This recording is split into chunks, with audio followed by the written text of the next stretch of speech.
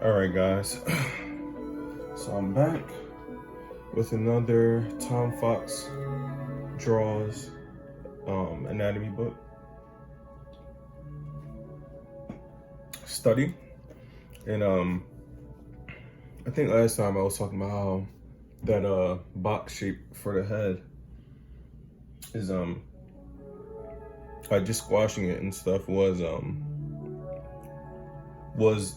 the progression of that boxy head part. As you can see now, I've been sort of chopping and slicing that squashed cube. So that's basically the next step. That's like I'm gonna just jump straight into it.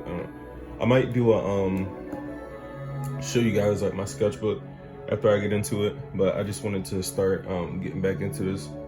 You know, my setup looks a little different because I'm about to get a new desk or whatever. So now I'm kind of, you know, I got it on the board, this clipboard, and I got this on the stand, whatever, on the little table. But you know, we're gonna do what we gotta do. So today, right, moving on to this part right here, and I like how you can just see it so clearly. Joining neck and jaw, right? It says, when you think of neck muscles, you likely think of sternocleidomastoid first, the large diagonal muscle on the side of the neck. However, let's ignore that for now, so we can simplify the neck and look at its deeper structure, right? So the muscle that's under the sternocleidomastoid, because you know, I guess whenever I would usually draw that sternocleidomastoid, I mean the neck, I would just do like a cylinder and then just do that sternocleidomastoid on the side, you know. But he's talking about looking beneath the sternocleidomastoid for now. It says, if we look through the muscles on the surface, we can find the function of the deeper muscle beneath. This deep muscle is the foundation that other muscles are laid on top. So it's like some bound like straw or something like that. You know what I mean? Like, you know, or I'm trying to think of another analogy. Like, I don't know, like just think of like wires that, you know, you wrap them around each other and then you do that one loop around to tighten them together. Below the jawbone, mandible, is a second smaller jaw called the hyoid bone. See, I never heard of this hyoid bone until I jumped into this book, right? It's like a jaw, like the mandible jaw, but then there's a smaller one, the same exact shape almost, that helps keep those neck muscles together, you know? Called the hyoid bone. Imagine it collecting up the muscles at the neck and holding them together like a sheaf of wheat. And yeah, before I even read it, the jaw and hyoid can be represented with a lower level of detail by using two identical shapes of different sizes, each with 5 planes that face outward, right? So this is basically this shape right here. That's what he's talking about.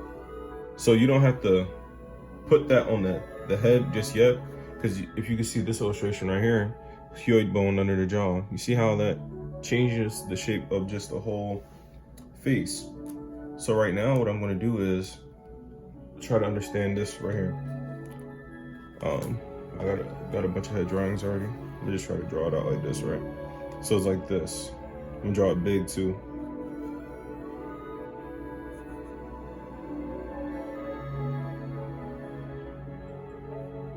And this is where the you know, the perspective study will come into play, because even though I'm looking at this illustration, I can sort of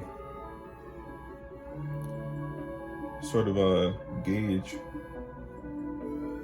for myself without just directly copying the illustration. I understand that this is a shape that is in a 3-dimensional space, you know, not just me copying the illustration, right? So I know it's going to end right there, right?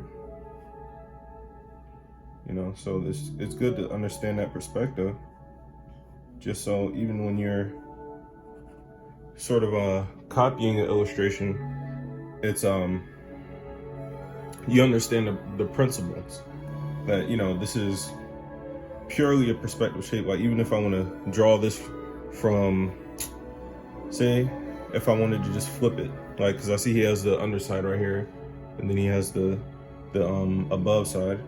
So I'm gonna just flip this way, right? So now that I've drawn it once, I know that both of these are gonna end up in the same place, right? Like that. I'm gonna go up here. It's converging this way.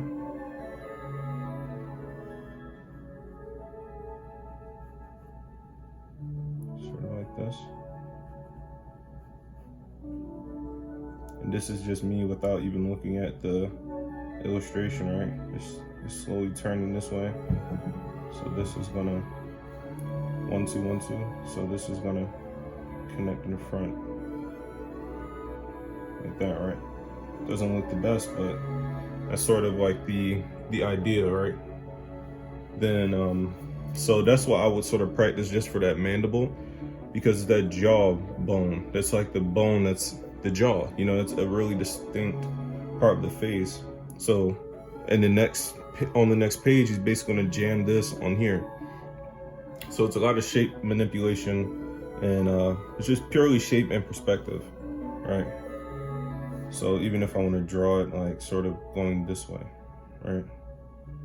Going down, try to figure out, put it down this way. So it's gonna go down, and you're gonna see the underside, right? So like this.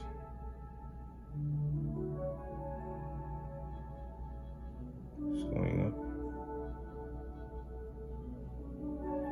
And it's okay if sometimes you make a mistake. It's not, when you're studying, you know, you're not really studying to be perfect. You're studying to learn. So then it's gonna turn that way. So this is like me thinking of that shape. Maybe if I put a little shade right there. Thinking of that shape from the going downward. You see how it's like, I can't even really barely see it. But I know if I was to draw a face on here, then this would be the chin. It'd almost be like a profile, right? So then I'm gonna just draw it like it's sort of like a blueprint, you know? Sort of like a blueprint like this, right? This is basically the shape that I'm drawing and flipping around. And it says it's repeated for the hyoid bone. So you don't necessarily have to differentiate between, oh, should I draw a smaller or bigger? If you're just gonna go in and draw a smaller one, like this, right? It's gonna come down, it's turning, it's going straight, you know? Really? You wanna know what I just figured out just from drawing it just now, right? You can go from top, right? Over here.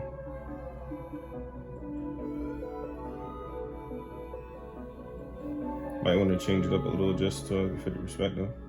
But you can just draw those top lines and then just match them up afterwards like that. Make it a little easier.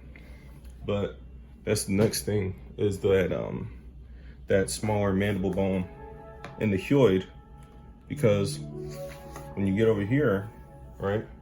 I don't know if you can see that. These pneumatic heads, you see? It has the hyoid bone attached to it. Now the head is sort of like manipulated into that new shape, just from learning that mandible shape. Now the head is gonna look something like this, right? I'm looking at it like this, right? So you're gonna, the front, the facial plane, what I like to call it, I'm gonna do that. Then this is gonna curve this way, right? So and then under, you know, you're gonna match all this up to the perspectives, right? Then under, you know, you're just gonna curve it around, sort of like that. It doesn't show it in the illustration, but this probably will go up. Then you want to do the head, the sliced off head. You see the face is pretty narrow, but you know, I'm gonna just practice a little. Boom. That's all it is. And just put a neck in there, like that.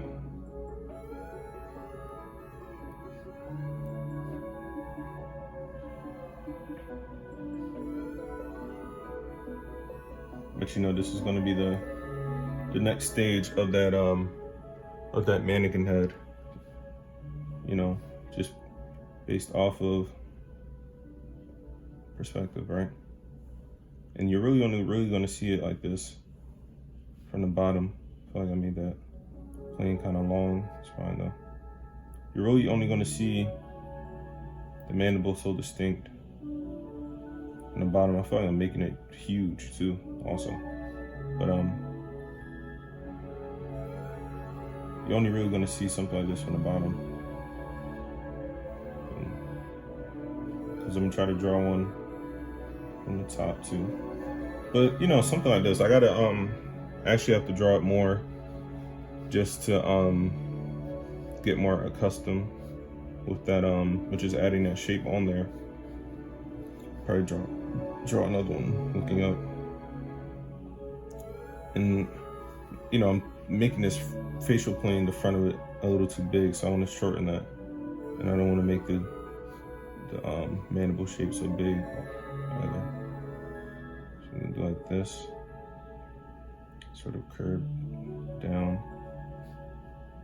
Go back here, right?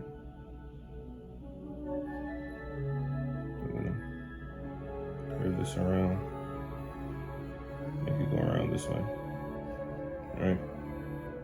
So this is the next phase of that mannequin head, right? And then you just do the, you know, chop it at different places, right? Sort of like this. Just end it off right there. This up, right? Like the jaw sticking out a little too far. But this is sort of the practice that you're gonna start to put in.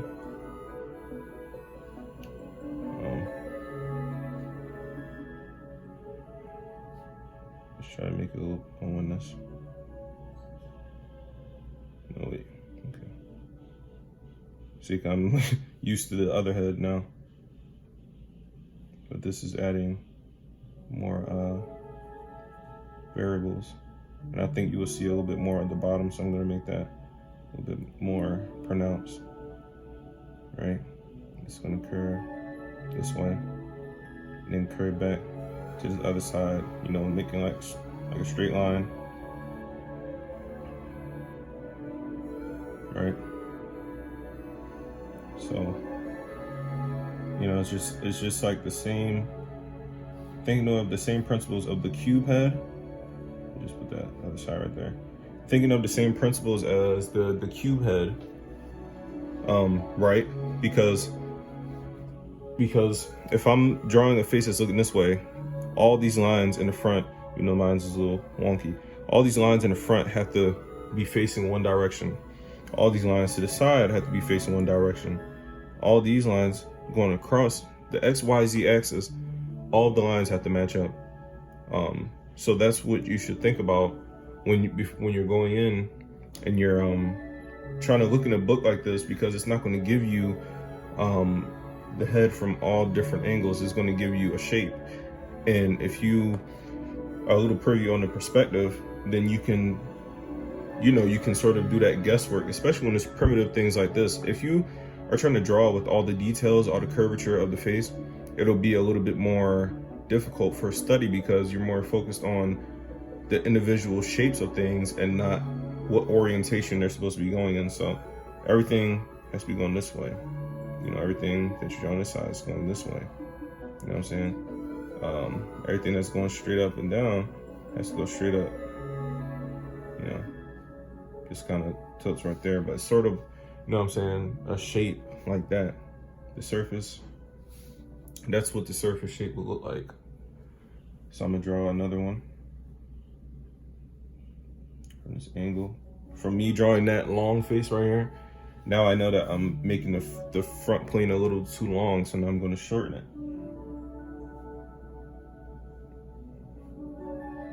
Shorten it like that, right? Even though it might not be perfect.